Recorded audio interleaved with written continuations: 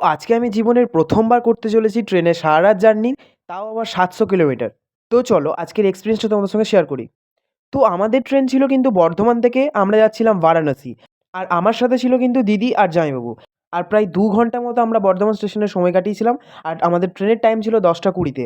তারপর আমাদের ট্রেনের অ্যানাউন্সমেন্ট হয় যে আমাদের ট্রেন দেবে ২ নম্বর প্ল্যাটফর্মে। তারপরেই কিন্তু আমরা ঝটপট করে ২ নম্বর প্ল্যাটফর্মে চলে এলাম। আর আমাদের ট্রেনও কিন্তু তার মধ্যে দিয়ে দেয়। আর আমাদের কোচ ছিল কিন্তু স্লিপার কোচ। তারপর কিন্তু ট্রেনটা নিজের গতি নিয়ন্ত্রণ করতে থাকে। আর আমরা তার থামার অপেক্ষা করতে থাকি।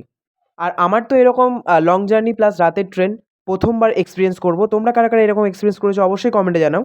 তারপরে কিন্তু আমরা আমাদের কোচ নম্বর খুঁজে আমরা সব লাগেজ নিয়ে উঠে পড়লাম আমাদের সিট খুঁজতে। আর রাত অনেক হয়ে যাওয়ার কারণে আমরা ঝটপট করে কিন্তু সিট খুঁজেই খেয়ে নিই। তারপর আমরা শুয়ে পড়ি। এখানে দিদি বলছে, "বন্ধ কর, বন্ধ কর।"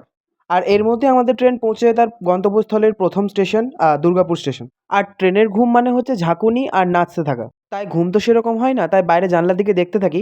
এর পরের পার্টে কী হলো দেখার জন্য নেক্সট পার্টে চোখ রাখো। Bye, by.